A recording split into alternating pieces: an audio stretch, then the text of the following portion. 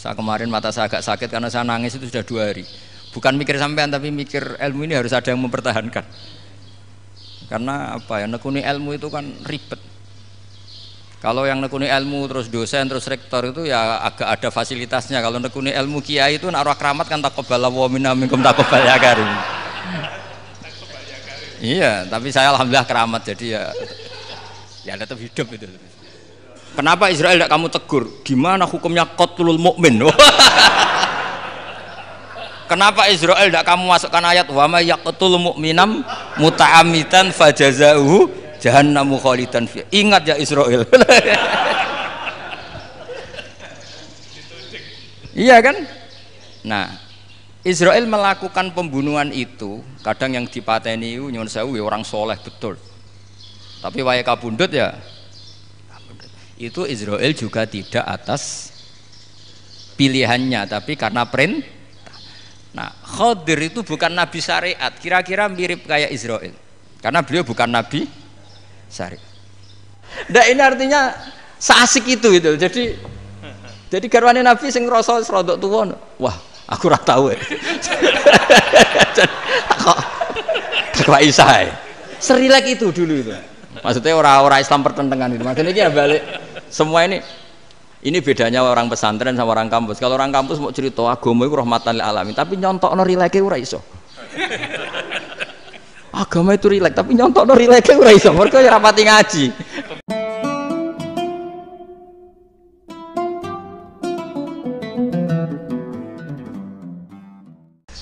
Assalamualaikum warahmatullahi wabarakatuh. Bismillahirrahmanirrahim. Rabbi shrah li sadri wa yassir li amri wa hlul 'uqdatam min lisani. Allahumma sholli wa sallim ala sayyidina Maulana Muhammadin wa ala alihi wa sahbihi ajmain. Amma ba'du. Ini yang saya hormati pertama, pengatur saya ini Profesor Dr. Haji Maskuri. Yang cara ngomong enggak kayak profesor tapi kayak jurkam. Jadi kalau ciri utama akademisi itu kalau ngomong itu teduh, datar, runtut, sehingga memaksa orang lain itu menerima karena runtutan logika yang terbangun. Ya, kalau ini enggak, pokoknya kasar gitu, pokoknya orang itu. Ini agak lazim, agak dalam dunia ilmu. Semua wakil rektor, semua yang hadir yang saya hormati, saya seperti yang dikatakan moderator Pak Sinten, Bapak Anwar, bahwa memang saya tidak boleh terikat sama yang di belakang ini, karena ini kayak apa ya? Ada satu madhab yang anak-anak Unisma semuanya harus tahu, teman-teman di Unisma. Menjelaskan itu tidak lebih baik. Jadi karena seakan-akan belum melakukan. Indonesia itu dulu kedatangan Islam itu tidak pernah dipertentangkan antara Islam dan negara, sehingga diskusi itu sudah salah karena para wali itu tidak pernah mempertentangkan Islam dan keindonesiaan atau kebinekaan. Satu, bahwa para wali itu misinya dakwah. Di mana-mana dakwah itu pasti ketemu yang berbeda, mulai beda agama, beda pilihan madhab, beda tradisi, beda kultur. Jadi itu tidak perlu dipertentangkan, tapi malah itu jadi lahan dakwah. Sehingga kita ini kalau diminta diskusi hubungan negara dan agama malah bingung, memangnya kenapa? Itu seperti dulu zaman P4, saya punya kawan di Jogja, teman saya nulis tafsir Profesor Zaini, itu pernah zaman Pak Erto disuruh sosialisasi P4 di Papua.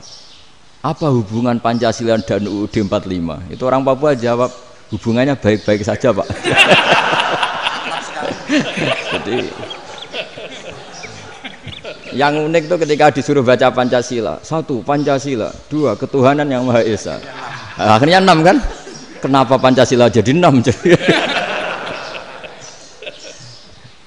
Yang unik itu ketika ditanya, ini saya melihat langsung di TV 7 itu, Indonesiaku itu. Ada anak-anak kecil ditanya, bendera ini milik siapa? Bendera merah putih itu. Jawabannya apa? Milik sekolahan Pak aja. Karena memang milik sekolah. Itu yang tanya itu kaget. Milik sekolahan Pak. Nah, tentang tema ini mohon dibaca ini langsung start ya, langsung serius karena tadi sudah kayak jurkam tadi ini yang langsung khas ilmuwan. Ini sebagai penghormatan saya pada Yunisma, ini khas keilmuan. Imam Zuhri adalah gurunya Imam Malik. Ya saya ulang lagi ya, Imam Zuhri adalah gurunya Imam Malik. Halaman 29. Ini langsung start saya baca halaman 29. Dan ini terutama yang para punggawa-punggawa ini. Saya baca ya. Ini teks tidak ada yang saya rubah, memang persis seperti ini. Bismillahirrahmanirrahim. Yaqulu Zuhri, ini gurunya Imam Malik. Fama futiha fil islami fathun qablahu kana a'zama minhu. Innama kanal qitalu haitsul taqon nasu.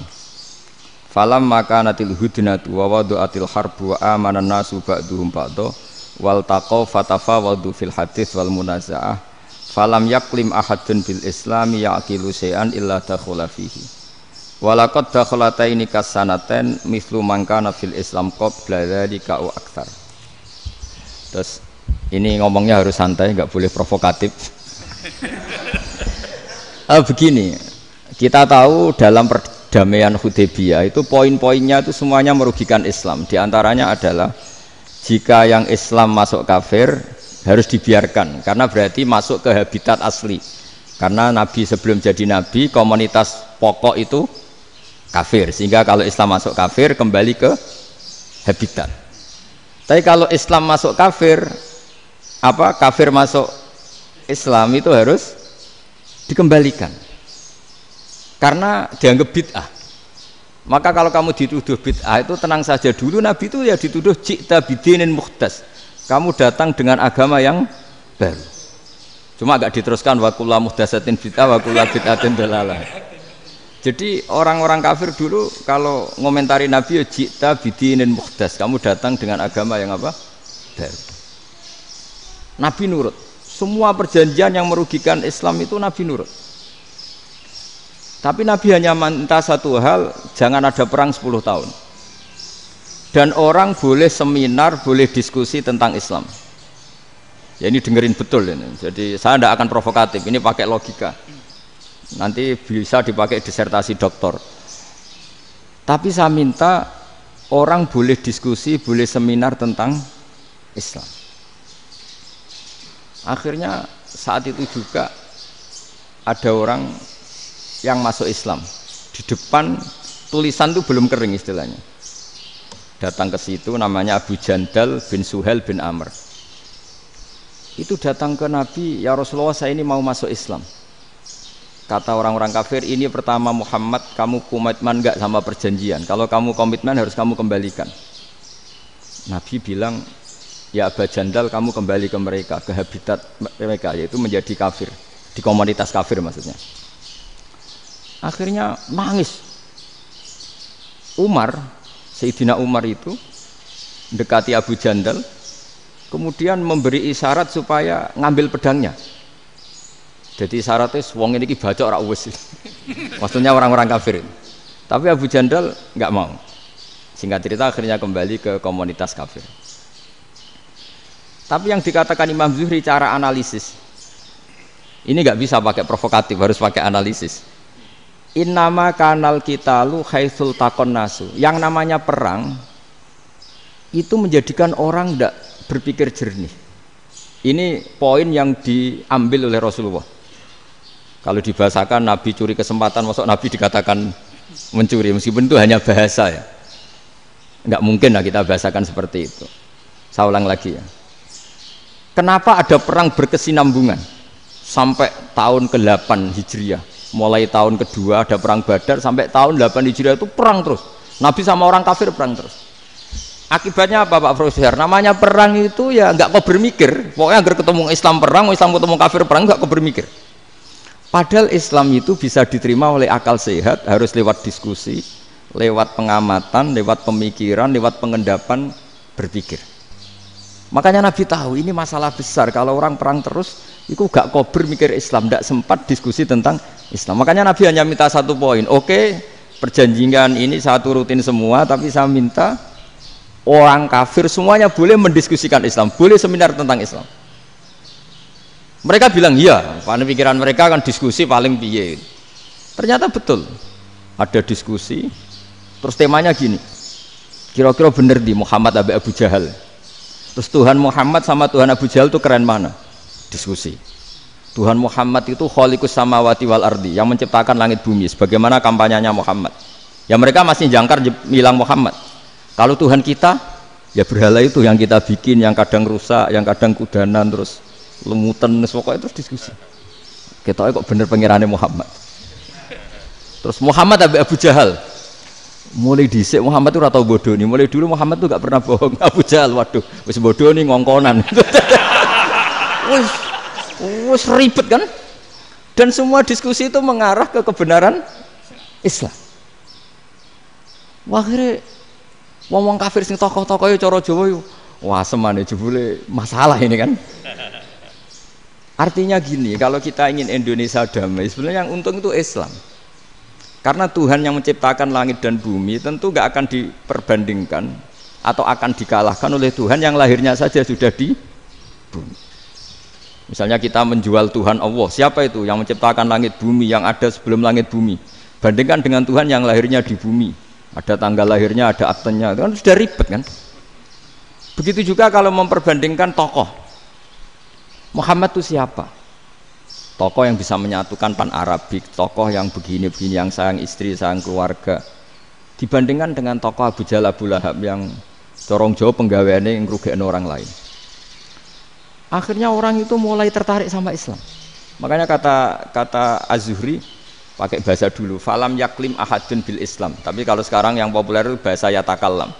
Sebenarnya yang benar itu bahasa kalimah yaklimu kalaman, karena masdarnya itu kalam, berarti sulasi nopo mujarrad. Tapi di fi'ilnya itu mujarradnya enggak kelaku. Jadi di fi'ilnya takallama yatakallamu, tapi untuk masdarnya yang kelaku kalaman. Jadi ini agak unik, agak gak lazim. Mestinya kan takallama ya takallamu takalluman, tapi di masdarnya kalam populer, tapi di fiilnya tidak populer.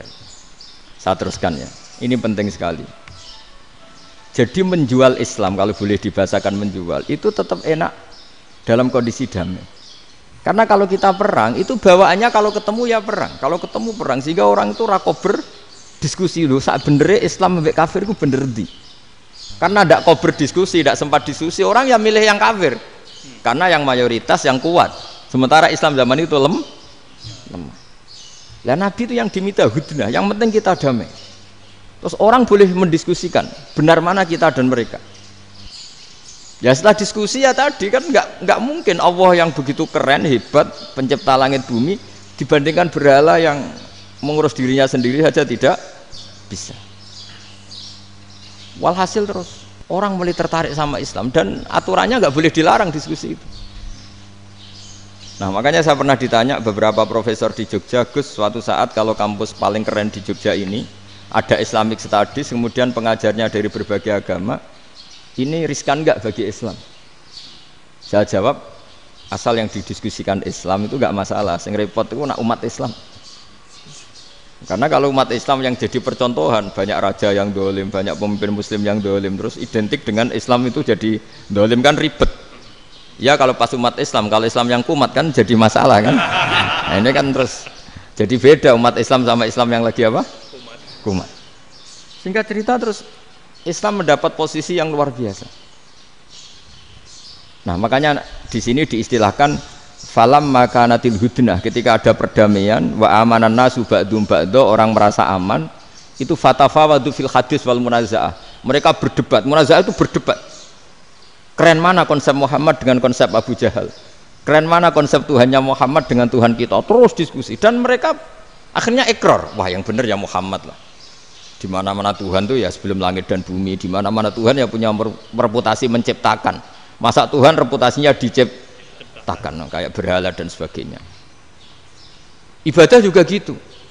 Ibadah wong kafir itu kalau tawaf itu telanjang, ibadah Muhammad santun pakai pakaian. Terus akhirnya mereka mulai tertarik Islam. Sehingga saya lihat di beberapa tafsir, saya memang tidak akan ngomong yang tidak serius, ngergani Unisma ben sawangane pemikir serius. Di Quran itu sampean lihat di tafsir Tobari itu ada ayat bal naqdhifu bil haqqi 'alal batil fayadmaghuhu fa idza huwa zahid. Qadzafa itu kalau di kamus tak lihat itu takallama bila dalilin. Qadzafa itu ya pokoknya sekenanya. Artinya gini, kebenaran Islam atau kebenaran hak itu kamu taruh sekenanya saja itu tetap menang. Apalagi kamu taruh secara teratur, kamu taruh sekenanya saja itu tetap menang. Sehingga di sini banyak sahabat yang hidup di Cina. Sekarang juga banyak orang alim yang milih hidup di Amerika, banyak orang alim yang milih hidup di Inggris. Dan mereka pede, percaya diri karena kebenaran itu kamu letakkan di mana saja, itu tetap akan menang, akan menemukan momentum kemenangannya. Misalnya gini, contoh paling gampang.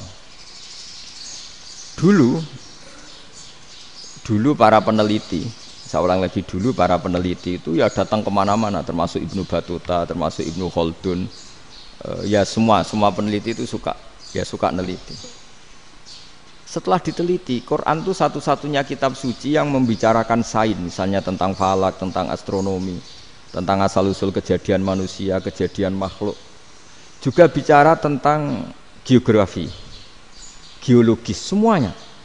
Sementara kitab lain hanya cerita tentang mawaid wal hikam wal ibar. Jadi diteliti kayak apa, pada akhirnya hak ini yang menang. Bal naqdhifu bil haqqi 'alal batil fayadmahu fa idza huwa zahid. Saya berkali-kali cerita, ada ulama yang ahli matematika.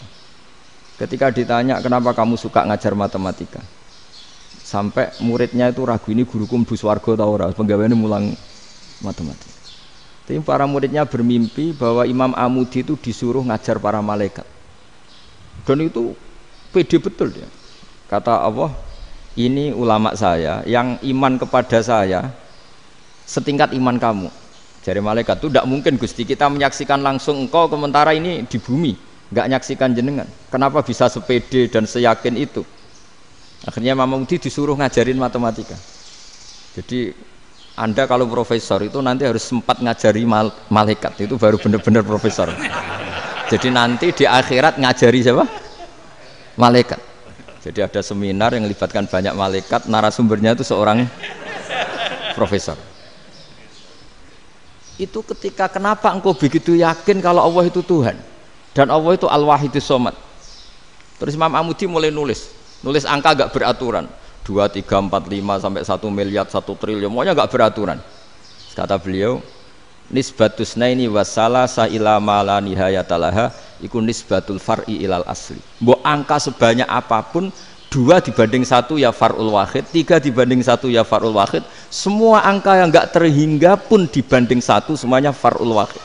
Semua angka sebanyak apapun itu cabang dari angka 1. Fakullu hadhil awalim far'un minal wahidis shomad, yaitu Allah Subhanahu wa ta'ala. Wah, kira malaikat tepuk tangan, iya juga. Jadi begitu juga ada ulama itu ahli gambar. Saya dulu ngaji sama Mbah Mun Al-Husunul Hamidiyah, itu kitabnya itu banyak gambarnya. Dan gale gambar yang ngawur betul, mangga ahli gambar. Saya Apple, sempurna lele. Semua gambar bangunan, gambar sapi, pokoknya gambar. Ternyata dia menemukan Tuhan itu dari gambar. Gambar serapi ini atau seruwet ini sama. Gambar rapi sama ruwet itu sama kalau dalam pandangan tauhid. Dimulai minan nuqtah al-wahidah. Kowe cek gambar sing rapi sing indah, cek gambarmu elek, dimulai dari 1 titik. Dan titik ini nuqtatil wujud, yaitu Allah Subhanahu wa ta'ala. Jadi nak cara ahli tauhid gak penting gambare api, menang lomba atau ora penting. Butuhe hadis surah ini gambar baik yang rapi maupun ndak adalah min nuqtah dari 1 titik. Alam raya sebanyak ini mbok gambar mbok ora, cek mulai Mars sampai Jupiter kabeh semua bentuknya yang banyak ini semuanya min nuqtatil wujud, yaitu dari titik wujud, ini kok Allah Subhanahu wa ta'ala. Di sini hebatnya ulama-ulama, mbok dia pengajar matematika, mbok pengajar gambar, semuanya dipakai perangkat untuk tauhid. Ya, itu kan juga bagian dari Islam damai, Islam yang sangat tidak perlu perang untuk orang dipaksa Islam, nggak perlu provokatif kayak tadi pidatonya rektor jenengan tadi.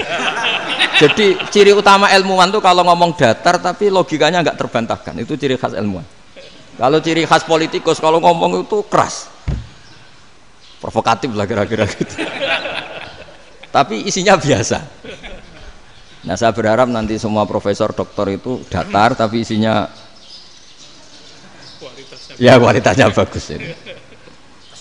Mentes. Jadi makanya terus kata ulama kenapa diistilahkan balnat zifu bil haqqi. Kenapa pakai qadzafa sementara qadzafa maknane takallama bila dalil. Maksudnya bila dalil di sini itu min ghairi ikhtiyajin ila dalilin. Kebenaran itu memang enggak butuh dalil. Apa kita perlu dalilnya apa? Buktinya apa? Kalau 3 itu cabang dari 1. Wong gendeng yang takok gitu pasti orang gendeng. Wong 3 cabang dari 1 kok ditanyakan buktinya apa? Itu min awalil bidah. Pertama orang pasti tahu kalau 3 itu far'ul wahid. 1 juta juga far'ul wahid. 1 miliar juga far'ul. Gambar yang sebanyak apapun ya dimulai dari 1 titik. Cek gambar benar maupun yang tidak. Akhirnya apa? Ulama dulu itu sebegitu rileks nerangkan tauhid. Lalu kenapa asma ini yang ya ini kan khas NU ya, khas pesantren. Sebenarnya saya keberatan pakai istilah khas NU, pakai khas pesantren karena NU itu anaknya pesantren, jangan dibalik pesantren anaknya NU karena sebelum ada NU itu ada pesantren. Tapi kayaknya Unisma lebih suka pakai bahasa NU dan saya ya agak orderan yang terpaksa disuruh ngomong. Ini agak apa ya, agak kacau sebetulnya ini agak kacau. Jadi NU itu sama pesantren itu tua pesantren. Jadi NU dilahirkan pesantren bukan dibalik pesantren dilahirkan NU. Sehingga barokahnya didirikan pesantren ini kadang nyuwun sewu sekali Mbah Hasyim itu kadang ide besar beliau itu ora dituruti wong NU. Jadi Mbah Hasyim cara kula kok dadi Mbah Hasyim ya mangkel. Mbah Hasyim itu ngarangno kentong. Nggih ngaramno beduk, tapi NU nganggo kentong. Beduk. Dan uniknya Mbah Hasyim enggak tersinggung. Karena ciri khas pesantren itu membolehkan perbedaan apa? Pendapat. Itu masyhur khilafnya Mbah Hasyim sama Mbah Fakih Mas Kumambang itu sampai dikitabkan. Saling ngeritik, saling macam-macam lah. Jadi cara berpikir Mbah Hasyim ketika Nabi rembukan ini gimana ya cara menentukan waktu sholat ya? Ya pakai kentong ya Rasulullah, dzakalin nasara itu untuk orang Nasrani. Ya pakai buk itu trompet, dzakalil yahud itu untuk orang Yahudi. Terus, ada yang usul lagi pakai api ya Rasulullah, dzakalil majusi itu orang Majusi. Setelah itu ada orang datang lari-lari cerita mimpi azan tadi. Ya itu terus dipakai sarana pemanggilan sholat ya azan itu. Sehingga Mbah Hasyim menolak kentong. Karena mantas sababi kaumin fahuwa minni. Beliau keras sekali sampai bilang haram. Beliau judulnya ya haram. Al-Jasus Antakhrimin Nakus. Setelah naskah itu sampai ke Mbah Fakih Mas Kumambang di Gresik situ, di daerah Dukun situ. Dulu nggak ada WA ya, jadi sampainya ya lama. Makanya saya sampai sekarang nggak punya WA karena ya saya ulama kan kalau WA-an terus ya jadi ulama. Nggak jadi ulama main WA-an terus itu. Lah itu termasuk rektor gak kau bermikir itu mesti kebanyakan WA. Karena kan otaknya didikte oleh sesuatu yang masuk. Sesuatu yang dilihat itu kan pasti mendikte kita. Beda kalau yang enggak WA-an kan mikir apa kita yang menentukan. Kalau WA-an kan kita ditentukan. Mau mikir anaknya butuh apa gara-gara WA informasi Jakarta mikir Jakarta. Padahal secara kewajiban ngapain kamu orang Malang mikir Jakarta? Gara-gara WA, mikir Jakarta belum selesai ada berita di Sulawesi, mikir Sulawesi, habis itu mikir NTT. Makanya semua orang sekarang merasa tokoh nasional gara-gara informasi yang masuk itu nasional. Jadi Mas Yo RT yang mikir gimana Gus Indonesia, ada RT loh. Sampai lupa kalau dia itu RT. Jadi semua orang sekarang merasa tokoh nasional. Dan itu gara-gara apa coba? Akhirnya semua orang juga punya ide tentang nasional. Harusnya negara itu gini-gini. Jebule wonge sing duwe ikon itu sapa? RT. Ribet kan? Saya teruskan. Setelah naskah itu sampai ke Kiai Fakih Mas Kumambang. Beliau itu marah besar. Ini harus dilawan dan saya bukan karena benci Mbah Hasyim. Beliau teman saya ketika ngaji Kiai Mahfud di Mekah. Jadi Mbah Fakih dan Kiai Hasyim itu teman ketika ngaji di Mekah. Terus cara ngelawan tuh lucu. Lucu. Gak ilmiah tapi gak ilmiah wong alim tetap ilmiah. Di mana-mana serupa itu tidak sama. Ya kalau mungkin zaman Nabi di Madinah itu zaman itu Kentong itu identik dengan milik Nasrani. Di Indonesia beda. Pos kampling ya kentong, kebakaran ya kentong, wae sarapan orang di LP ya pakai kentong. Jadi tidak ada jaminan kalau kentongan itu identik dengan Nasrani. Lalu haramnya di mana? Yang di mana-mana tasabuh itu identik. Ini tidak identik. Mulai masalah kan? Mulai masalah. Jadi beliau gaya judul Hazruus. Hazruus itu kepala bergeleng-geleng. Sekarangan kok ngene. Jadi sekarangan kok provokatif gitu, gitu. Nah, dan itu Mbah Hasyim ya hormat Mbah Fakih hormat Mbah Hasyim. Saya sendiri secara pribadi itu lebih suka pendapat Mbah Hasyim sebetulnya. Karena bagi saya sholat itu sakral, ya sudahlah kalau sakral ya dipanggil dengan sesuatu yang sakral yaitu kalimat thayyibah azan. Tapi saya tidak akan bilang kalau kentongan itu haram. Karena kalau haram alasannya mirip orang Nasrani, sementara pos kampling ya pakai kentong, ada banjir ya kentong, ada kebakaran ya kentong. Jadi tidak identik untuk misa atau untuk sholat ala Nasrani. Tapi itu dulu ya rileks saja, dua beliau itu ya saling menghormati, padahal saling kritik. Dan dulu ulama yang beda madhab itu ya saling menghormati. Imam Syafi'i itu kalau sholat di kawasan Masjid Abi Hanifah ya tidak kunut. Ketika ditanya kenapa kamu tidak kunut, sementara engkau berpendapat kunut itu sunat, ikroman di hadal madhab, saya sangat menghormati madhab. Imam Ahmad bin Hanbal itu berpendapat kalau orang pakai bekam, pakai iftisot atau hijamah itu batal sholatnya. Sementara Imam Syafi'i mengatakan tidak batal apa sholatnya atau wudunya tidak batal. Tapi Imam Ahmad itu ditanya, apa kamu makmum Syafi'i? Bagaimana mungkin saya tidak makmum sama wali kutub seperti Imam Syafi'i? Padahal menurut keyakinan Imam Ahmad ini sholatnya batal. Ini habis ikhtiqam udah wudu. Tapi tetap saja beliau karena perbedaan pendapat di furu' itu lazim.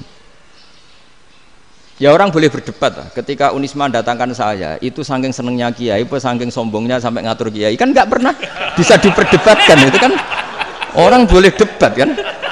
Itu saking angkuhnya apa saking senengnya kan nggak jelas kan? Kan dan orang boleh setuju pendapat saya, yaitu ngatur kiai itu haram. Setuju juga Pak Rektor, ekspresi mahabbah itu ya macam-macam. Dulu sahabat ya gitu, sahabat itu ada yang nggak kenal wajahnya Nabi sama sekali sampai akhir hayatnya. Ketika ditanya, lo kamu itu sahabat kok nggak tahu wajahnya Nabi? Saya tidak pernah berani memandang Nabi karena ijlalan lahu, terlalu menghormati saya sehingga tidak berani memandang wajahnya. Ada sahabat yang penggawaannya dulu wajah Nabi sampai bisa nyifati alfiu faminunil hajib, sampai bisa nyifati detail karena dulu wajah Nabi itu ibadah. Ada seorang wali ditanya, kalau kamu di surga ingin nggak melihat Allah? Enggak. Loh, tapi semua orang ingin melihat Allah. Unazzihu dzalikal jamal an-nadhari misli, ben gak elek-elek Allah tak delok terima aku. Wong ra jelas. Penting kok delok pangeran. Banyak. Jadi justru tapi karena saking takzimnya. Enggak lah, mosok sak aku kok. Makanya saya berkali-kali cerita, menurut kesepakatan ulama, soft awal itu paling baik. Tapi banyak juga wali yang kalau sholat itu di belakang. Koyok paling bener yang kok ngarep gitu. Lu bayangkan misalnya kamu semangat di soft awal di Masjid Haram, jebule sholatnya salah. Itu dari malaikat gayane kok ngarep, jebule ra roh. Iku di sini-sini wong. Jebule bodoh gitu. Gayane kok ngarep jebule. Coba orang kalau sowan Mbah Mun yang berani di depan itu kan ya ketuanya atau jubirnya kan. Yang merasa ndak pati pinter-pinter kan mesti di pojokan. Artinya sudut pandang seperti itu ya sah saja, apa? Sah saja. Makanya banyak sahabat yang jarang sowan Nabi, alasannya takut ganggu Nabi. Banyak yang sering sowan Nabi, alasannya seneng Nabi. Yang sowan ya seneng Nabi, yang enggak sowan alasannya seneng. Lu Nabi itu tokoh, punya keluarga, punya anak. Kalau saya sering sowan berarti sering ganggu. Yang sering sowan dia alasan ini khazanah kita harus istifadah. Jadi zaman dulu itu ya biasa, dua sahabat yang satu milih mahabbah itu milih sering sowan, yang satu juga mahabbah milih tidak sering. Karena pertanyaannya bisa dibalik kan, sering sowan apa sering ganggu coba. Nabi Abedar, assalamualaikum. Nabi nimang cucunya, assalamualaikum. Ayo bener yang sowan apa bener yang enggak kalau seperti itu. Akhirnya terus diatur sedemikian rupa oleh Quran. Walau annahum sabaru hatta takhruja ilaihim lakana khairal lahum. Jadi sahabat kalau mau sowan Nabi ya nunggu di Sufah.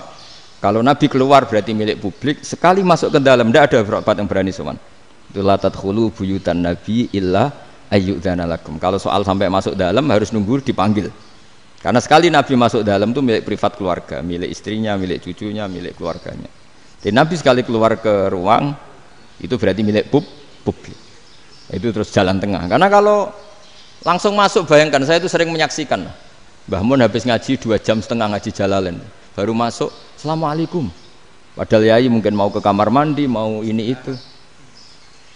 Jadi dulu itu Quran sangat modern. Sebelum ada dokter ngatur tamu, rektor ngatur tamu itu Islam sudah modern. Dia kan nggak fair kan? Misalnya saya ke Unisma harus janjian pakai ini, terus kalau misalnya kesini selonang-selonang kan lucu kan, mentang-mentang kiai terus juga sowan-sowanan selonang-selonang. Padahal kalau kita mau ke mereka pakai protokol, sering tidak fair dunia ini. Tapi karena aku kiai oleh gelo ya sudah. Akhirnya saya memutuskan gak gampang kemana-mana karena itu. Saya sering didatangi ajudannya menteri, Gus mau ada tamu dari Jakarta tanggal ini, mesti saya bilang. Mereka milih tanggal yang mereka kosong. Kok tidak mikir apa pas itu kosong? Tak jawab enggak lah, sebelum diatur bahasanya dan tawaduknya gitu. Akhirnya dibalik, datang lagi, Gus jam jenengan kosong apa kita menyesuaikan. Lah itu lagi dia akhlak kata saya. Itu baru punya akhlak kata saya. Bukan masalah ini, bukan masalah gengsi ya.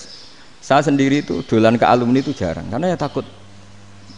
Kiai kan yo nganggur, jam 09.00 nganggur, jam 10 nganggur. Bisa saja alumni itu kerja di pabrik, bisa saja yang latihan ekonomi di pasar. Sehingga kalau saya datang jam 9, iki kiai sing nilai santri ini, apa kiai sing ganggu santri. Nah karena orang ini melakukan rutin, gak kok berpikir, pokoknya ngono jenenge silaturahim. Mau nyerah kok berpikir, padahal kalau diangen-angen ini kiai yang nilai santri ini, apa kiai yang ganggu santri ini karena datang di jam kerja.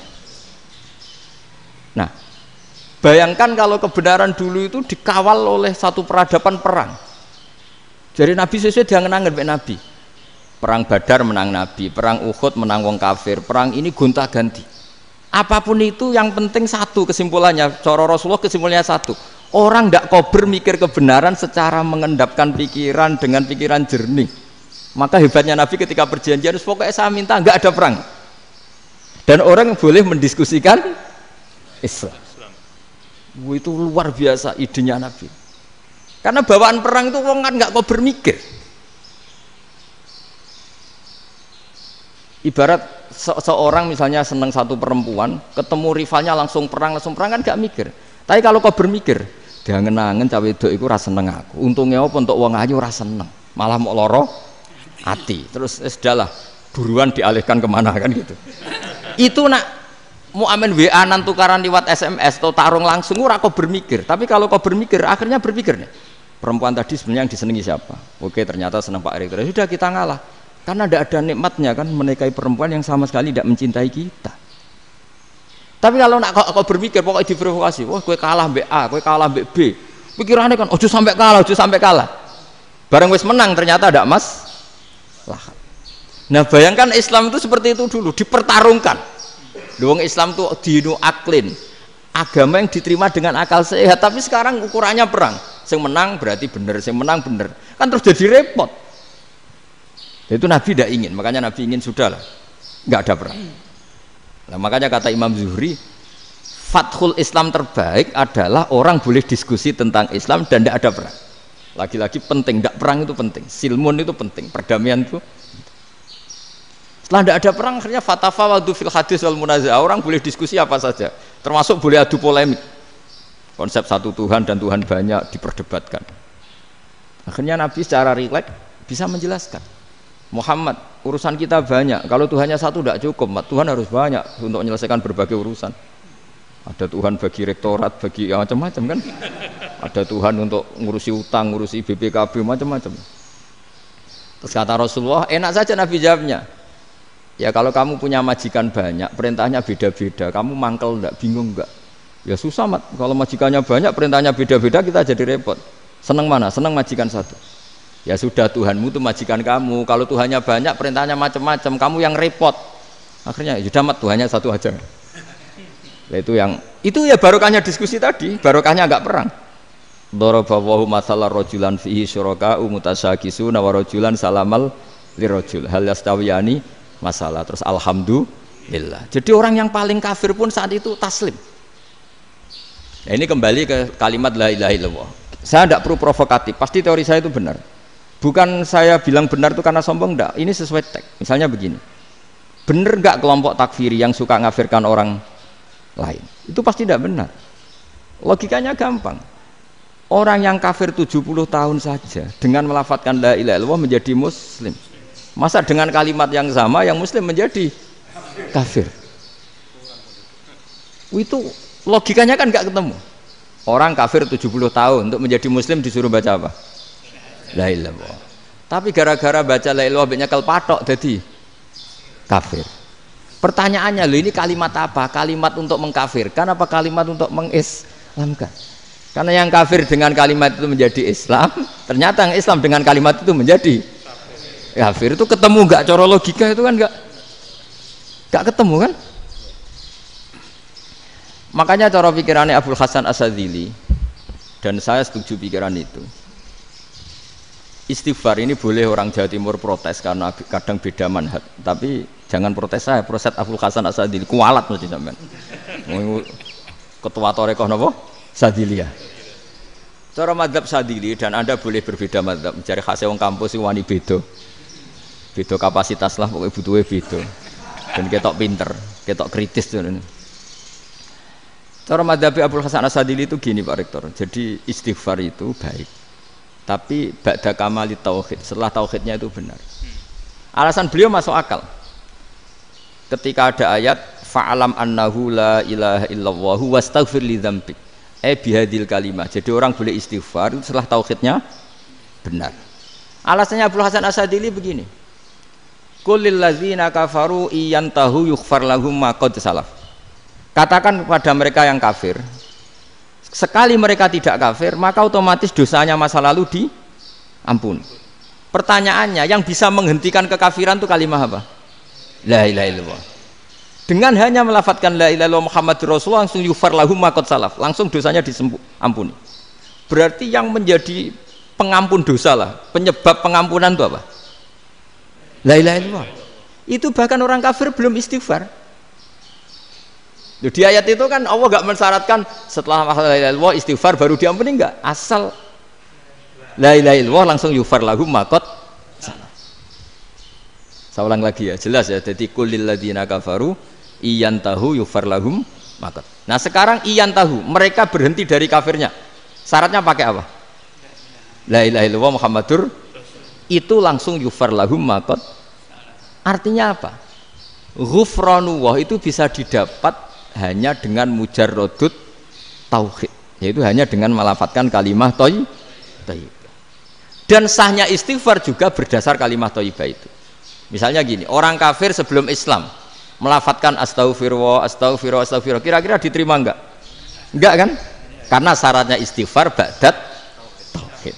Nah, makanya dalam madzhab Sadzili istighfar itu setelah la ilaha illallah. Karena cara pandang ya seperti itu. Jadi fa'alam annahu la ilaha illallah wastaghfir li dzambi. Jadi dengan kebenaran tauhid saja ini sudah cukup kita insyaallah layak diampuni. Karena innallaha la yaghfiru ayyusyraka bihi wa yaghfiru ma duna dzalika liman yasha. Jadi orang yang tauhidnya benar itu bisa diampuni Allah asal tauhidnya benar. Itu Allah ngendikan liman yasha wa yaghfiru ma duna dzalika liman yasha.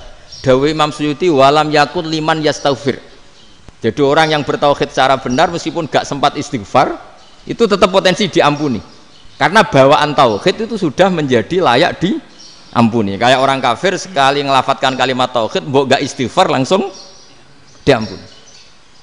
Nah, karena melihat seperti itu terus orang berlomba-lomba memperbanyak jumlah ngelafatkan la ilaha illallah. Jadi kita yang alim, kita semua, saya tidak bilang saya, kita termasuk yang di pinggir-pinggir saya ngaku alim yang ora masalah lah soalnya. Kita semua yang alim-alim itu tahu bahwa la ilaha illallah itu super. Sudah bawaannya tauhid, juga punya kelayakan Nah, kemudian nasib kita agak sial. Malah kalimah ini dituduh bid'ah, dituduh khurafat. Mergo Nabi enggak pernah tahlilan, Nabi enggak pernah tahlilan. Kalau diartikan Nabi ora tau maca la ilaha illallah, aneh gak kalimah itu. Nah, ini provokatif ini. Jadi ini sudahlah keanehan-keanehan ini kita terima karena ciri utama wali, ciri utama ulama itu wa'udhu fisabili, harus pernah disakiti. Jadi kalau Unisma sakit karo dituduh apa? Dituduh bid'ah itu berarti belum calon ulama. Calon ulama itu wa'udhu fisabili, harus disakiti. Jadi kalau kamu disalahpahami itu ya harus santai. Provokatif tadi. Iya, termasuk provokatif tadi. Termasuk diatur tadi itu. Jadi kalau cara berpikir kan, karena mereka itu memang kalau kita turutin itu memenya itu terlalu, kadang menghujat kita itu enak ya jadi GNU, ada orang mati datang, kiainya dapat makan, dapat rokok, terus pulang gitu. Jadi apa, terus kita kayak tersangka terus. Kita kan kayak tersangka terus, tertuduh terus itu. Terus yang orang NU ya memenya juga nggak kalah ekstrimnya. Boleh ya ajaran orang nggak boleh ngasih kiai gitu. Berarti boleh dong ajaran kikir. Jadi memang kadang apa ya, cangkem elek lah bahasa kasarnya itu. Itu memang kadang lebih mengenakan. Kalau kita datang ke acara mayat kan dapat makan, dapat minum. Kalau yang sohibul bed rokok ya dapat rokok. Kalau kiainya dapat wajib, kadang 20.000, kadang 50.000. Terus memenya itu kok setega itu ya, ada orang meninggal kok malah kita makan-makan. Seakan-akan kan kultur ini biadab kan gitu. Tapi yang orang NU kebalikan bales.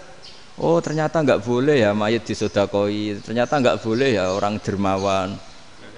Berarti Islam membolehkan medit ya gitu. Model ini kan. Tak angen-angen itu luwih mandi timbang takbir ya kan. Karena ini kan memicu emosi kan. Memicu apa? Emosi. Nah, tapi saya kalau disuruh bela mana itu tidak ada yang saya bela. Ya seorang sudahlah, kalau mau nganggur saja sudah itu. Ya tapi itu memang apa ya? Itu khazanah Islam. Ada yang kritik, ada yang enggak. Ya itu memang khazanah. Ya biasa aja kalau saya biasa aja. Karena dulu ulama itu sudut pandangnya itu ya seperti itu. Ada yang ulama suka ibadah itu sholat, ada yang milih apa tidur. Sampai Imam Ghazali bilang suatu saat ibadah terbaik di zaman akhir itu tidur kan. Sholat saja kalah sama tidur kan. Tapi itu loh ya, yang wajib tetap loh, terus kamu gak sholat wajib. Begini beliau mencontohkan itu. Ada orang sholat tahajud terus obsesinya itu ingin hajatnya terkabulkan. Sementara yang tidur obsesinya nikmati rahmatnya Allah, boleh tidur, bisa tidur. Kata Imam Ghazali, timbang kita tahajud terus nuntut pangeran aduk turu katanya. Mergo engkau diakibat terus setan memberi bisikan, lo nyatanya kamu tahajud ya gak terkabul, berarti cerita bahwa Nabi ngendikan kalau doa tahajud mustajab enggak. Daripada ngono kan turu ora tau donga misalnya. Timbang ngabri-abri Islam ya, timbang ngelek-ngelekin apa? Islam. Jadi ulama itu mulai dulu itu sudah berpikir. Banyak orang menjadikan tahajud sholat malam itu media untuk hajatnya. Dan kalau gak kesampaian ini mutung. Nyalahkan kiainya ijazah ramandi macam daripada ngono ora usah apa tahajud turu. Dan jenis kayak ini tuh banyak, makanya ulama kayak saya itu saenake dhewe itu ya jarak. Saya sering didolani muhibin terus bilang Gus saya doakan gini-gini saya mau nyalon bupati atau saya gini, saya bilang gak waduh orang donga nek ra mandi darane ulama dongane ra mandi. Nak mandi kamu jadi bupati tetap nganggep karena beli. Sopo sing ora roh bupati saiki gak beli. Ribet kan? Ketika mereka jadi ngunsurkan doa kamu apa karena kemarin beli. Yang beli maksudnya enggak beli enggak usah tersinggung. Jadi ribet ngadepin. Ndak artinya gini loh, mbok yo doa itu jangan dipakai begitu loh. Kalau minta nasihat, tak nasihati jadi bupati yang baik, gubernur yang. Kalau minta doa itu resikonya. Akhirnya kiai kalau diminta doa ya doa, sebenarnya diisinya itu gak doa kemenangan. Itu nggak selamat gitu. Karena ribet. Makanya Islam itu doa itu setelah iman. Aturan iman benar baru doa. Aturan iman benar termasuk Allah itu yaf'alu ma yasha, boleh melakukan yang dikehendaki. Allah enggak boleh terdikte oleh doa kita, enggak boleh. Ya saya ulang lagi ya, madzhab Hasan Asyadzili ini khas kita. Jadi la ilaha illallah itu didahulukan sebelum istighfar. Tapi kebalikannya madzhab Imam Sanusi itu dibalik. La ilaha illallah itu kalimat yang sakral. Karena yang sakral dibutuhkan muqaddimah, yaitu yang melafadzkan harus yang sudah bersih, yang sudah steril baru melafadzkan la ilaha illallah. Maka dalam madzhab Sanusiyah istighfar dulu baru la ilaha illallah. Nah, dalam madzhab Abdul Hasan Asyadzili kebalikan, istighfar itu sah setelah sahnya tauhid. Kamu ikut mana tuh? Asyadzili apa Sanusiyah? Alhamdulillah sama-sama tidak paham, ya sudah. Akhirnya sudah. Ya enggak kemana-mana kan gitu. Jadi apa ya? Terus ini saya teruskan, ini biar khas pesantren atau khas NU lah, kalau bahasa Pak Rektor khas NU. Ini ben sampean tahu beberapa perbedaan itu lazim. Halaman 24. Ya, halaman 24 sama 25. Tak baca, ini masih orisinil. An Sufyan bin Uyainah, ini juga gurunya Imam Syafi'i. Kata Sufyan bin Uyainah, beliau cerita, kana Isa wa Yahya alaihi salam ya'tiyanil qaryah. Fayas alu Isa an syirori ahliha, Fayas alu Yahya an khiyari ahliha. Jadi Nabi Isa dan Nabi Yahya itu satu generasi, sama-sama masih muda. Kalau di satu kampung, yang Nabi Yahya tanya, ini keluarga terbaik siapa? Saya mau nginap di situ, karena kumpul orang baik itu nyaman. Kalau Nabi Isa kebalikan, keluarga terburuk mana ya? Saya tak di situ. Nah terus akhirnya faqala lahu Yahya, lima tanzilu ala syirarin nas. Kenapa kalau kamu bermalam kok malah kumpul orang-orang yang nakal? Innama ana tabibun udawil mardo. Saya ini nabi ibarat dokter. Di mana-mana dokter yang ngumpuli yang sakit, ngobati yang sakit. Makanya di NU itu ya banyak Kiai Jazab mengumpuli yang nakal-nakal. Nak tepak yang ngentas yang nakal, nak ora tepak ya katut. Ini adu nyali lah sudah gitu. Tapi itu ada ilmunya, yaitu niru Nabi siapa? Isa. Kalau kamu dokter penelitian tuh cari daerah yang banyak pandemi apa yang bersih? Yang banyak pandemi, karena yang namanya penelitian ya di situ kan.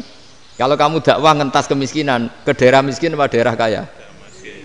Nah, sama kalau ngentas kefasikan, ke daerah fasik apa daerah orang soleh? Fasik. Ya, tapi itu Nabi Isa. Nah, kalau kamu tidak Nabi kan potensinya kan itu. Tapi setidaknya bahwa kita sering disalahkan karena punya beberapa tokoh yang ngancani fasik-fasik, itu sebenarnya ada dalilnya, yaitu Nabi siapa? Isa. Nah terus masalah tegas dan lunak. Ketika ada mahasiswa misalnya pacaran, boncengan lanang dan perempuan, itu pilihan kita apa? Kalau tegas, terus gak mau mendengar kita. Misalnya gini, contoh gampang, tak beri contoh Pak D. Jangan orang tua, nanti secara fikih itu beda. Nah ini kan kita orang pesantren, nah, biasa ngaji fikih detail. Kamu Pak D seorang perempuan, mahasiswi misalnya, sering pacaran. Setiap ke situ sama pacarnya kamu diam saja. Padahal kamu dosen keislaman. Mesti pawanaan kamu nyimpulkan, ternyata pacaran itu tidak apa-apa. Buktinya Pak D itu tidak negur, menengahi.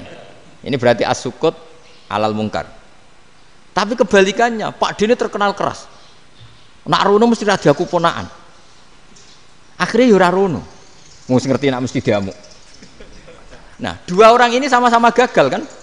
Yang lunak menjadikan ponakannya pacaran terus karena enggak negur sehingga dikira membolehkan. Sing keras juga enggak sempat bina wong rono era wani.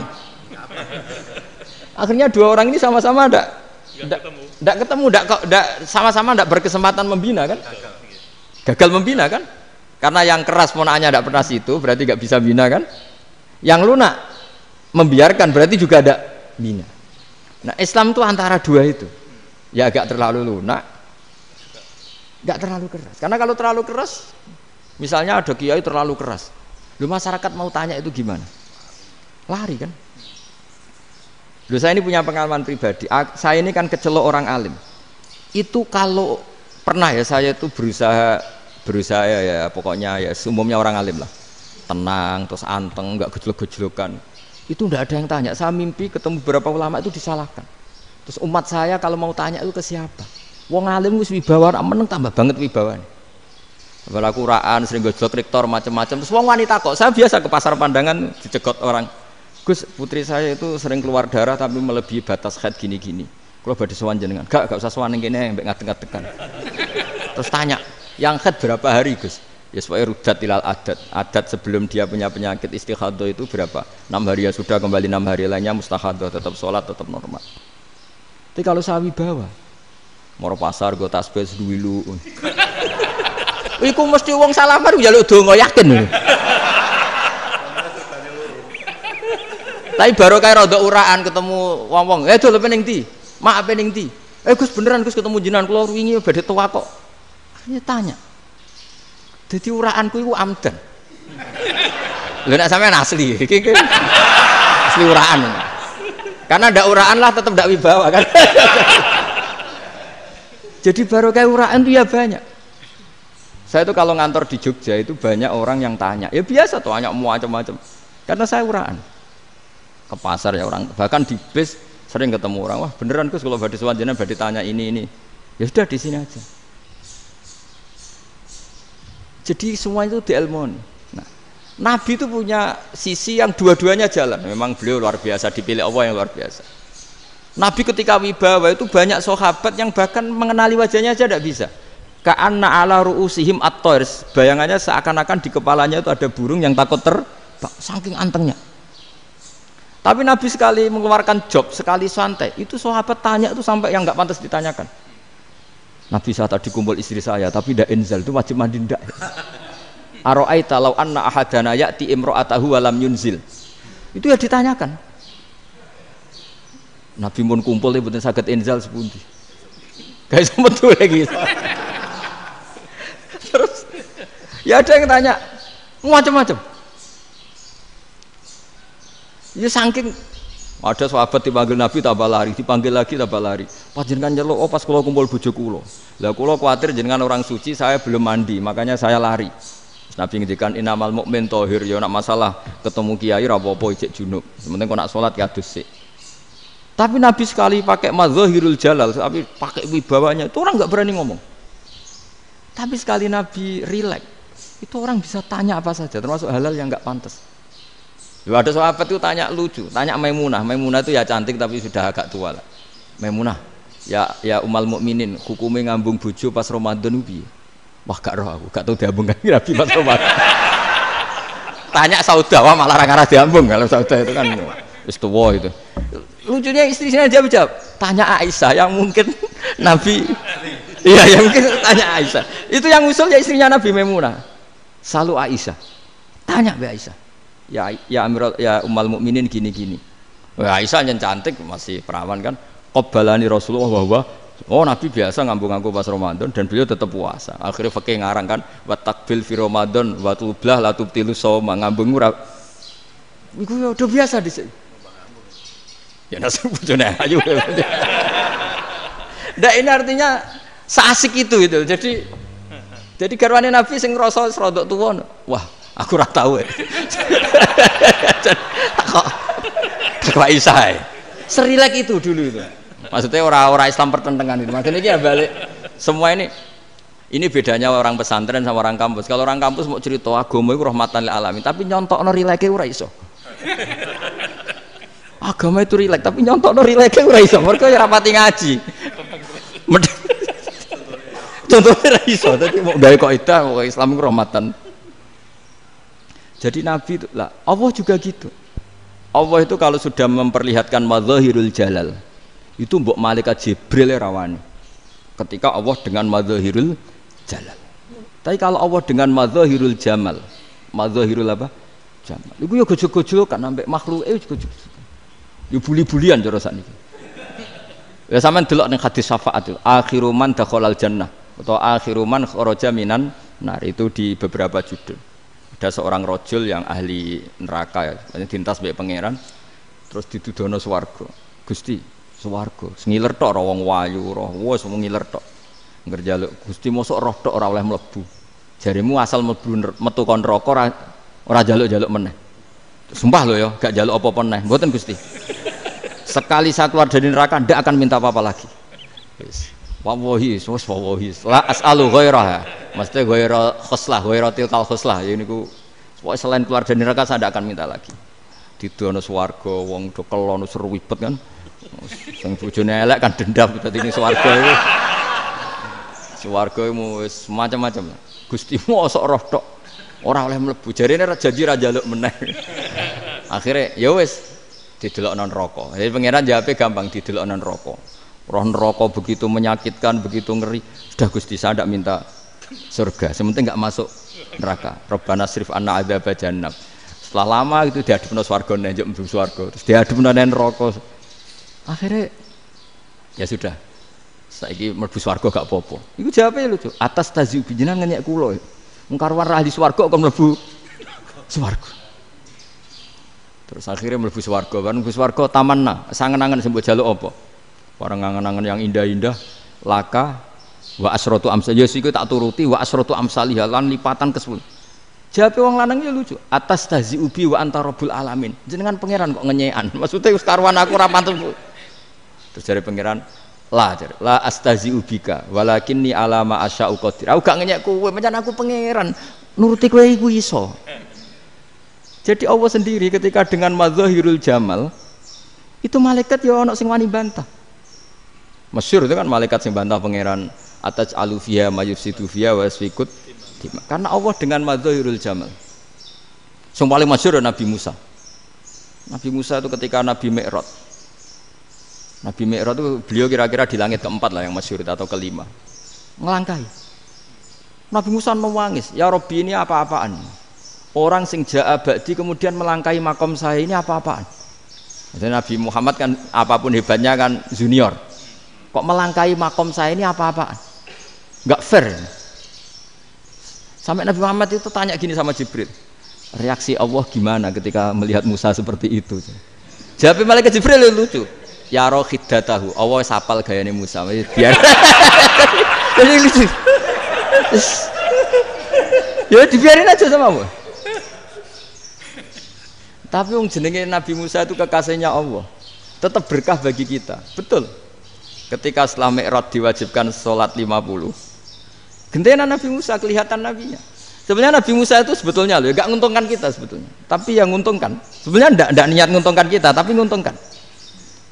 Nabi Ibrahim kan di langit ke-6, keren lah. Konti jong ketemu Allah ngeten-ngeten kan sholat seket. Karena Nabi Ibrahim terkenal Nabi baik ya ndak bantah. Bareng Nabi Musa. Kenapa diceluk pangeran? Kula kan sholat ping 50. Inna ummataka la tutiku dalik. Wah, gak kuat umatmu. Serai-rai ke umatmu ora ngarah kuat 50 rokaat.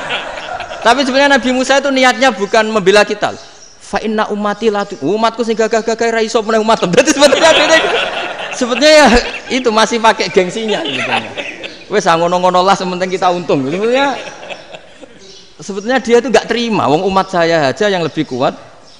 Enggak kuat apalagi umatmu. Lah terus sebutin irji ila rabbika fas'alhu takhfif. Itu berarti Allah dengan madzahirul jamal. Sudahlah, datang ke Allah minta keringanan. Allah itu baik.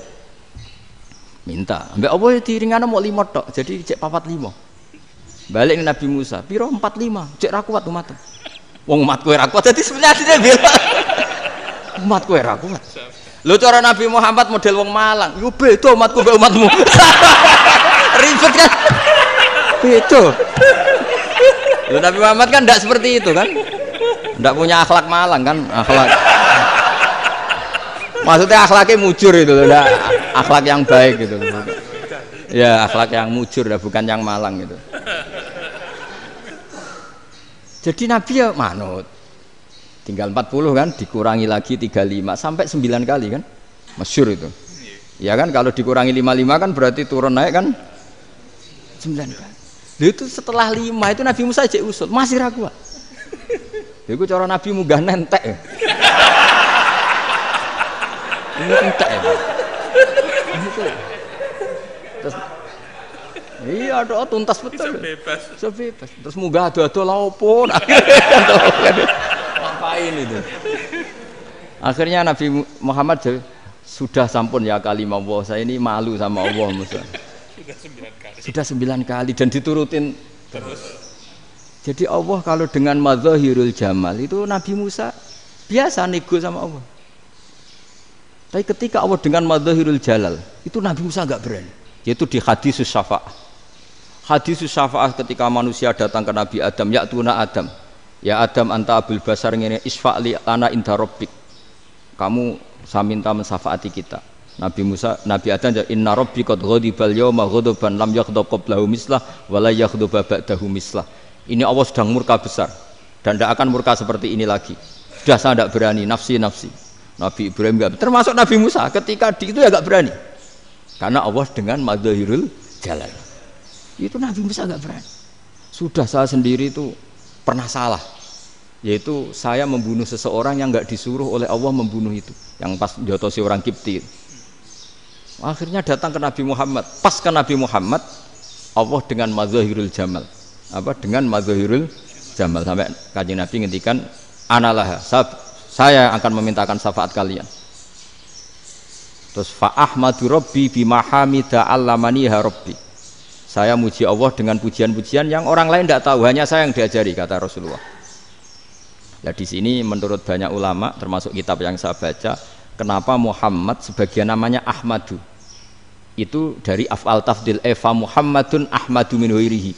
Muhammad Rasulullah itu kalau muji Allah di atas cara mujinya Nabi yang lain. Jadi Ahmadu bukan dari fi'il mudhari' lil mutakallim tapi dari af'al apa? Tafdil. Fa Muhammadun Ahmadu min ghairihi. Bahwa Kanjeng Nabi Muhammad sallallahu alaihi wasallam itu cara mujinya Allah di atas pujian para nabi. Makanya di sini Sayyid Ali Zainal Abidin kalau muji hamdal hamidin wa fauqa hamdil hamidin. Jadi pujian saya ini di atas rata-rata cara mereka apa? Memuji. Yaitu sirinya apa? Nabi itu tahu bahwa akhirat tidak bisa batasi Allah. Kamu tidak bisa nyemprit Allah. Allah, ini akhirat loh. Amal sudah tidak manfaat. Ingat itu. Tidak bisa seperti itu. Allah itu nggak bisa tunduk sama konstitusi yang bernama akhirat. Artinya Allah meskipun di akhirat tetap duwe hak yaf'alu ma yasa atau yaf'alu ma yurid. Nggak bisa kamu terus wah ini akhirat amal ra iso dikirim wong mati, amal ra iso dikirim. Yo pangeran kok mbok atur. Kalau kita yang mengirimkan tidak bisa, tapi kalau Allah tetap bisa. Makanya ada kiai mengatakan kodok qadar ora iso dirubah, itu kamu. Makanya ada seorang kiai ditanya, kodok qadar ora iso dirubah sekali dicatat selesai. Jari kiai tadi, tapi nak Allah iso. Dalile apa ya yang huwa ma yasha wa yusbit. Nak Allah ya iso, sing ra iso kan kita. Nah, Nabi itu tahu betul meskipun akhirat itu Allah masih bisa dinego saking baiknya. Akhirnya Nabi sujud masyhur itu terus ya Muhammad irfa' ra'sak wasal tuqa wasatu safa semat sirahmu angkat kowe apa tak turuti. Terus semenjak itu Nabi minta apa? Syafa.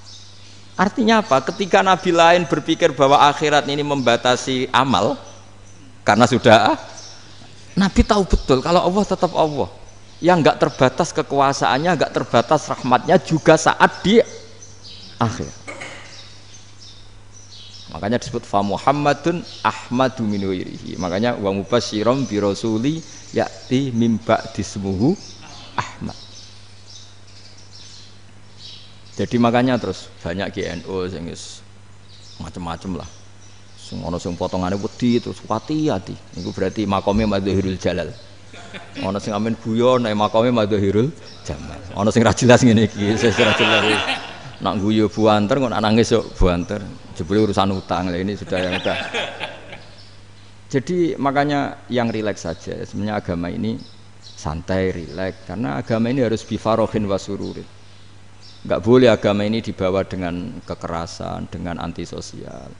Karena agama ini harus kul bi fadlillah bi rahmati fa bidzalika falyafrahu. Harus senang, harus rileks. Makanya saya jadi kiai itu senang takutnya gini. Sekali saya tidak senang jadi presiden buruk. Ternyata ada dua ngalim raina, itu contohnya. Sampai merengut, terus uripe susah. Nanti orang tidak berani jadi orang alim. Makanya saya buktikan bahwa saya lebih bahagia dibanding rektor. Nanti orang ingin jadi rektor semua, nggak ingin jadi orang alim. Saya pernah ketemu sekian rektor di Jogja tanya, Gus, kenapa jenengan bela-belain pesantren sampai segitu? Kan keren kampus NU, sekarang ada Unisma, ada NU Jogja, ada NU Jepara gini. Terus tak bilangin gini, sampai rektornya itu istighfar kan. Saya bilangin gini, ini sekaligus tak kasih tahu ini rektor Unisma ini. Tak bilangin gini, andai kan tidak ada kiai kayak saya itu Islam bisa tutup. Kok bisa Gus? Misalnya ada perempuan haid faqal adat. Itu kalau untuk tahu hukumnya haid daftar dulu ke Unisma. Daftar dulu kan? Setelah daftar nunggu pelajaran haid. Baru tahu haid setelah 3 tahun dari masalahnya gitu. Tapi baru kayak kiai ketemu saya di jalan, Gus anak kula nu haid ngeten-ngeten mboten normal hukumnya piye? Oh hukumnya ngene dibalekno ning adat. Ora usah registrasi, ora usah daftar. Jadi ya harus ada istighfarnya lah. Unisma juga harus istighfar, semuanya harus istighfar. Karena ada sisi yang enggak mewakili kebutuhan Islam. Tapi saya sebagai kiai juga istighfar. Karena fakta hukum mengatakan yang boleh jadi KUA yang jabat, yang boleh kemenak yang punya gelar. Dan ini yang mengawal Islam secara undang-undang karena mereka yang bikin. Nah, karena kiai tidak punya gelar tidak bisa jabat di situ. Saya juga istighfar. Jadi tidak sampai entok yang istighfar. Karena yang kebutuhan ini terwakili yang punya gelar. Tapi yang punya gelar juga harus istighfar tadi. Mosok kepen roh hukum haid ngenteni kuliah se. Ngentek itu aja nanti nunggu guru yang pas mata pelajaran itu. Ya, terus kapan dekne salate wong jawabannya belum ketemu. Tapi baru kayak saya kan ketemu di jalan tanya. Terus saya sering ketemu. Gus saya ini bapak angkat. Mau nikahkan putri saya. Itu gimana itu? Kalau cerita wali sebenarnya anak saya sok. Kalau nggak cerita nggak sah karena saya bapak angkat. Itu banyak. Hanya tak akali ya sudah wali yang sebenarnya taukil pada hakim tanpa diketahui. Tapi hakikatnya itu taukil hakim. Itu kan tidak gampang. Nah, tapi kalau tanyanya di kampus registrasi dulu, daftar dulu, baru tahun berapa ada pelajaran itu? Semester 5 baru tanya. Iya kan?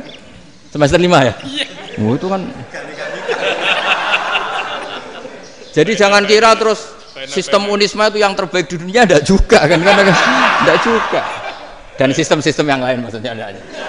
Tapi sistem kiai lho, Mbah Mun juga sering pesen saya, kowe kudu seneng pegawai negeri. Piye-piye sing jaga agama pegawai negeri. Kemarin pas acara 7 harinya Gus Robasa matur itu di depan para kiai. Setelah saya jadi kiai ya itu nyata. Islam di Papua, di NTT yang bawa siapa? Dokter negeri, ya kan? KUA negeri. Barokahnya mereka negeri dijamin negara kan? Barokahnya Muslim berkebutuhan Islam. Akhirnya bikin musola di situ, bikin masjid. Bahkan di Korea Utara itu ya ada masjid bawaan duta besar. Karena banyak duta besar Muslim berkebutuhan masjid.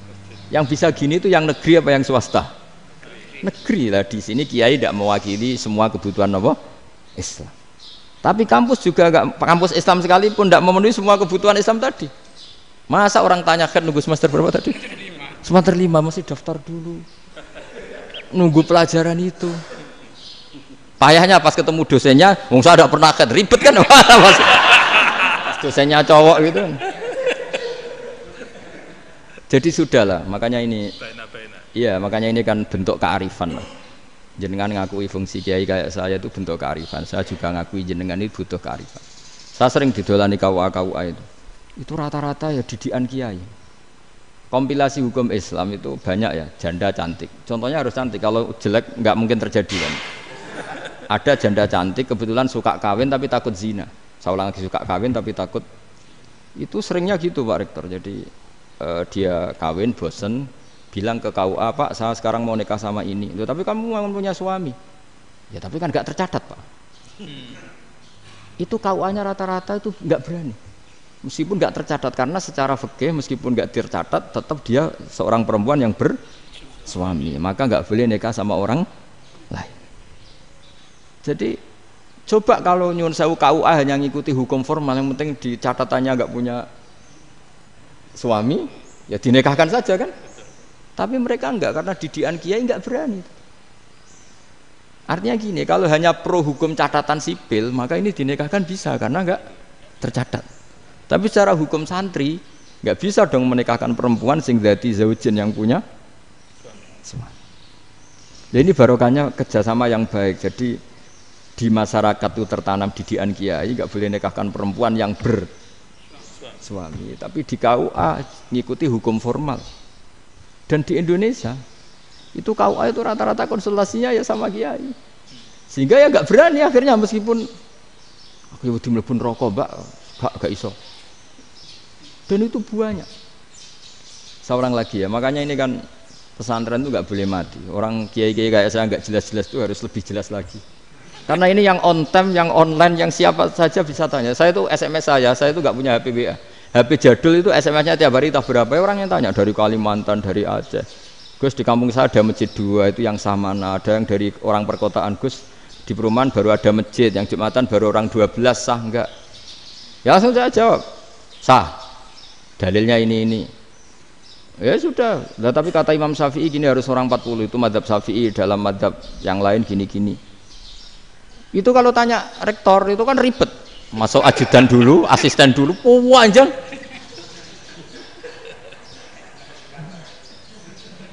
Wah itu kan ribet kan?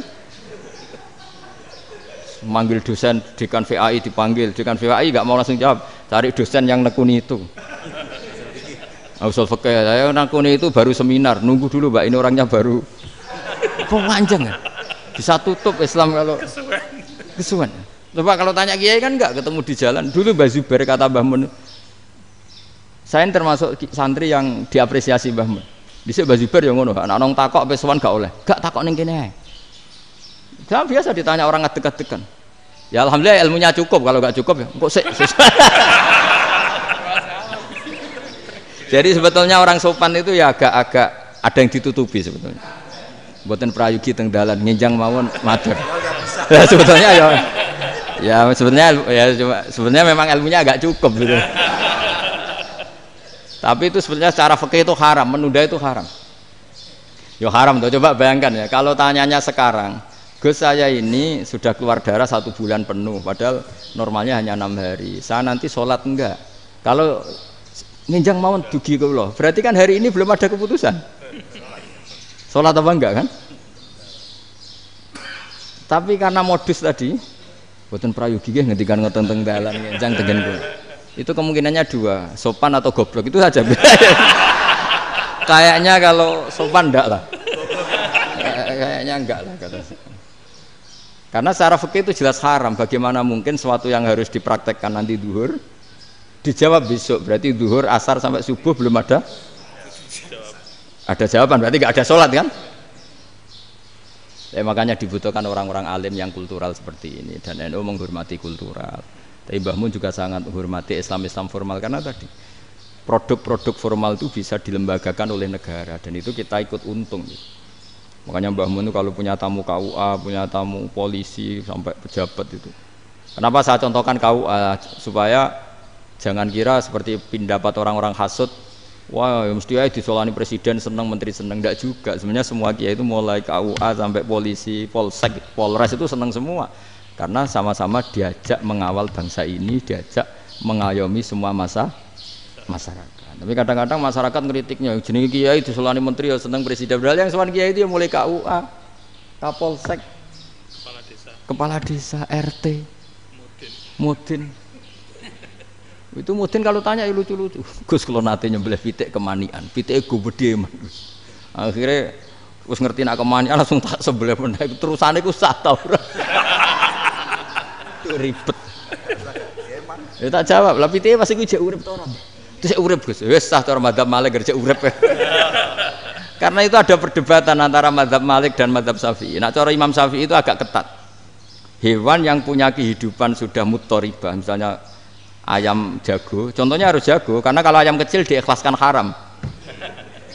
Jadi yang cilik wae kan gitu. Fikih itu ya, fikihnya orang Indonesia itu pecundang. Kalau ayam kecil nggak ditanyakan, mate ra wis. Kalau jago ditabrak truk kejet. Andai kan nggak disembelih pun mesti mati. Itu cara madzhab Syafi'i itu haram. Karena penyembelihan ini tidak menjadi penyebab kematian, tapi memang karena kecelakaan tadi.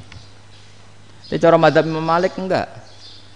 Andai kan enggak disembelih, matinya kan 2 menit lagi atau 1 menit lagi. Andai kan enggak disembelih. Berarti mati sekarang itu bawaan pisau apa bawaan kecelakaan? Ya sudah halal gitu caranya. Nah akhirnya ya saya bilang ya sudahlah kita semuanya mati. Jadi cara debat, cara Imam Syafi'i enggak, cara berpikir itu sudah tidak kehidupan yang normal. Yang dimana-mana penyembelihan itu mematikan yang hidup normal. Jadi agak ketat. Sehingga dalam contoh kemanian, kalau dalam bahasa Jawa nyembelih agak sempurna terus pesonya jatuh atau apa itu, kalau pakai mazhab Syafi'i agak kesulitan. Jadi kalau mazhab Malik asal diselesaikan secara fauron dan juga sebagian mazhab Syafi'i itu halal. Nah orang mesti tanya gitu, Gus, wedhusku tabrak truk, eman Gus kejet-kejet. Tapi nak pitik cilik ra ditakokno. Makanya termasuk kritiknya Mbah Mun, tapi ini mazhabnya Mbah Mun ya. Kamu boleh ikut boleh ndak karena ini urusan ndak penting. Lha wong-wong lucu, nak ditakoki yuyu muni haram mergo amfibi. Yuyu ngerti ya, Man? Yuyu nggih. Tapi nak ditakoki kepiting muni halal. Mergo nak yuyu haram gak eman, nak kepiting eman. Padahal alasannya coba, kenapa yuyu haram? Karena amfibi kan, bisa di air. Pertanyaannya, kepiting seperti itu enggak? Nah, tapi kepiting kalau haram kan eman. Karena besar kan, kalau yuyu silahkan haram kan gitu. Artinya apa? Fikih kita ya agak-agak pecundang gitu, agak-agak pertimbangan. Iya, lucu kan? Kualitatif. Coba alasannya yuyu haram karena apa? Amfibi kan, hidup dua alam.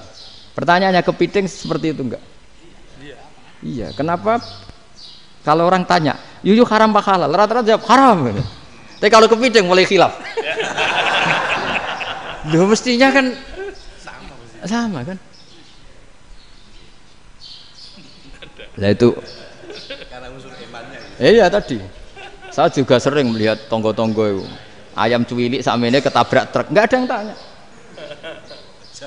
Tapi saya pernah jalan-jalan di Naruan sini. Ono jago ketabrak, sing duwe langsung marani kula pas saya naik motor. Gus ini halal apa haram? Nak langsung kula sebelah halal apa haram? Wis kanggo kowe halal ya halal. Karena saya tahu tak jawab haram mesti kecewa itu. Aduh, akhirnya kiai ini beratnya kan. Ya akhirnya ya saya setelah itu mate Imam Syafi'i ngapunten umat kula tuh rahasia mangke madzhab jenengan tuh ndak siap. Iya kan akhirnya pakai madzhabnya Imam Malik tadi. Ya tak Fatihah Imam Syafi'i ini mboten niat nglawan jenengan. Tapi ngobati tiang eman. Mergo pitike besar itu. Jadi ini kan cerita ya itu makanya yang rileks saja lah bahwa Islam ini yang rileks, yang menyenangkan karena ya agama ini harus menyenangkan. Raditu billahi robba. Raditu itu seneng banget, ridho itu puas. Enggak boleh beragama pertuntungan terus emosinan. Ya marem atau raditu itu marem jadi yang nyaman. Ya saya kira demikian. Assalamualaikum warahmatullahi wabarakatuh. Pelajari Pak. Pun alhamdulillah. Satu aja yang di sini benar. Oh, satu aja. Nggih. Damel syarat. Jadi mungkin ada satu pertanyaan aja. Satu saja. Bukan keluhan. Bukan keluhan. Ini mumpung Gus Bak pada Madhohirul Jamal nih. Ya, Madhohirul Jamal. Sebentar lagi sudah jalal. Sebentar lagi sudah Madhohirul Jalal. Jadi gak kena ditakoni. Monggo setunggal mawon. Ya, Pak. Niki ambil. Nggih. Ampun dawa-dawa terus Gus. Ya jagal-jagal ya. Assalamualaikum warahmatullahi wabarakatuh. Saya Fadil, alumni Unisma yang kuliahnya paling lama. Masih di jalanan. Gus, pertama saya muhibin jenengan ngikuti 3 tahun terakhir.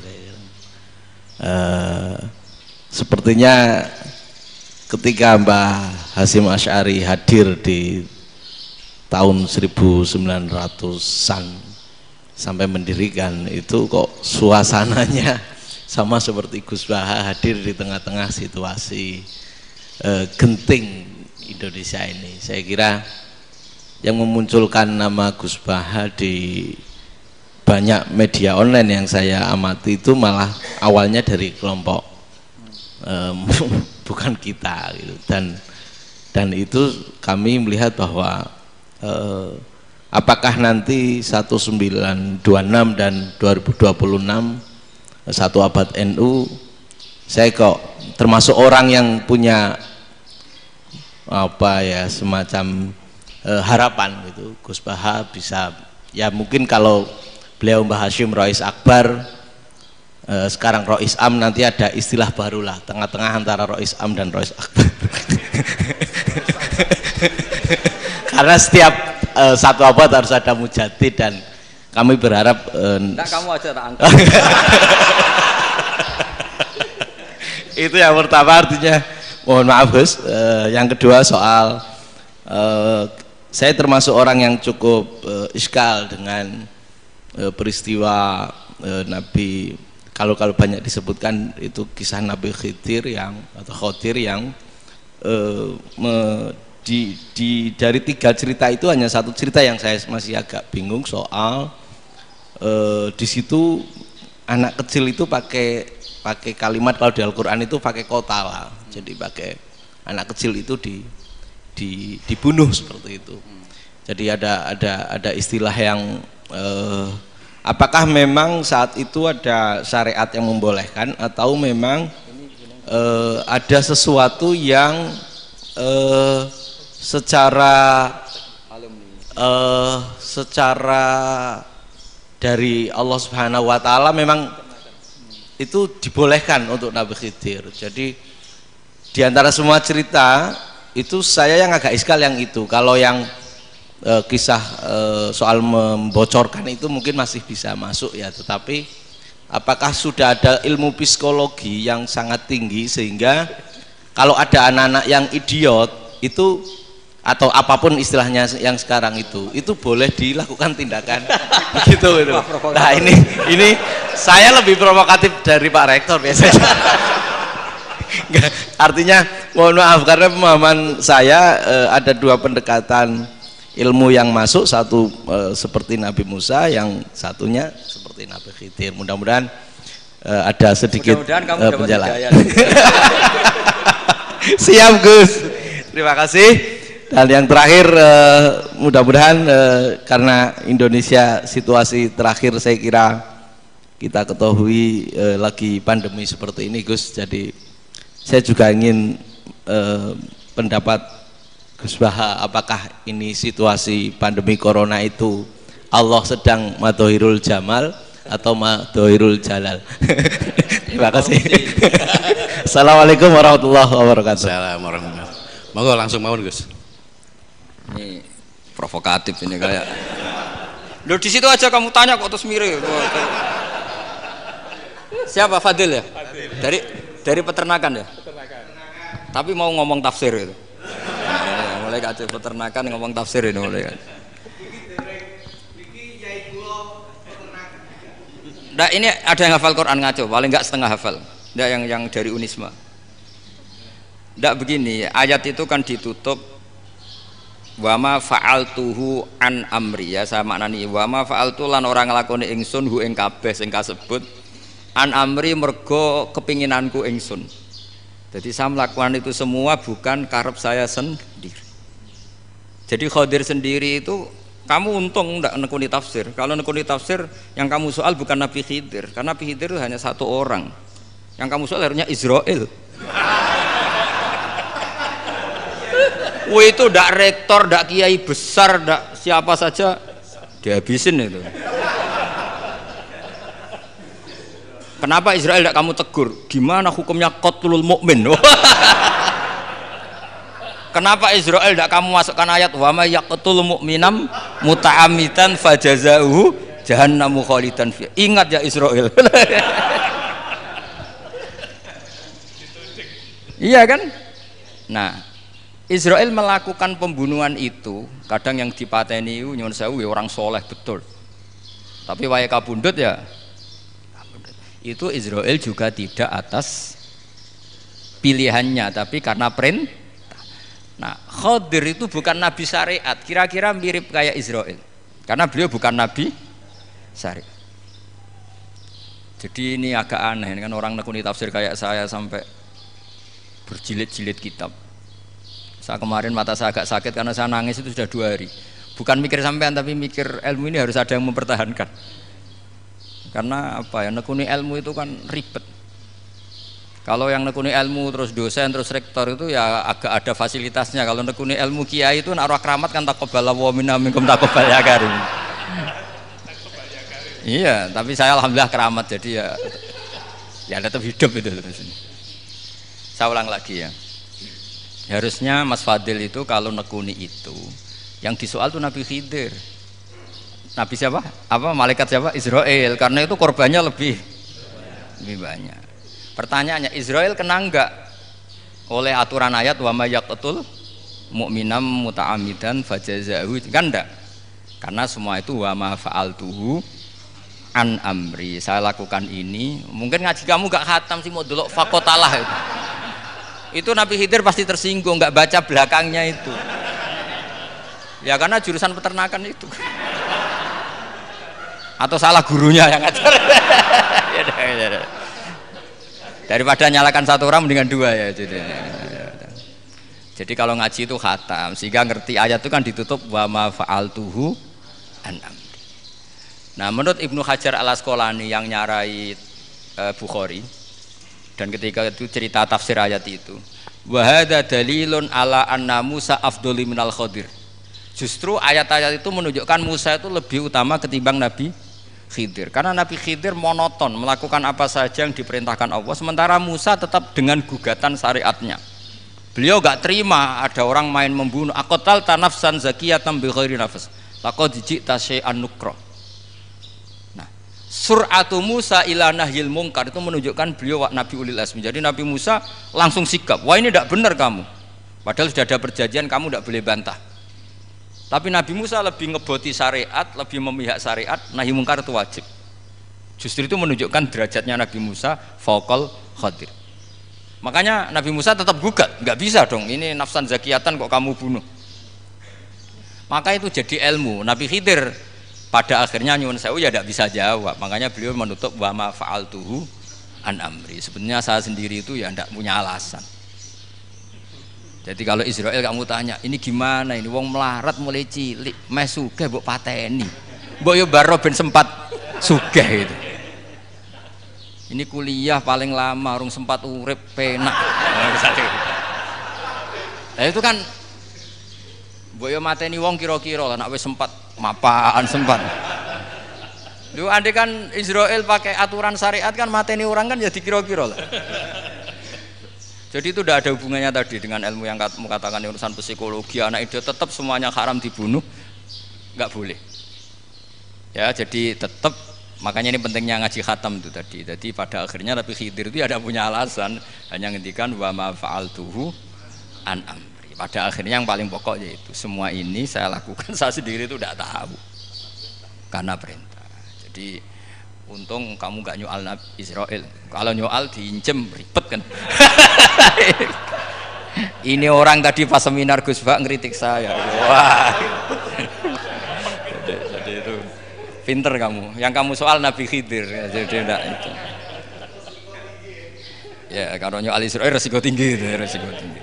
Tapi yang jelas gitu ya, makanya tradisi pesantren seperti ini harus terus, karena yang punya tradisi khatam.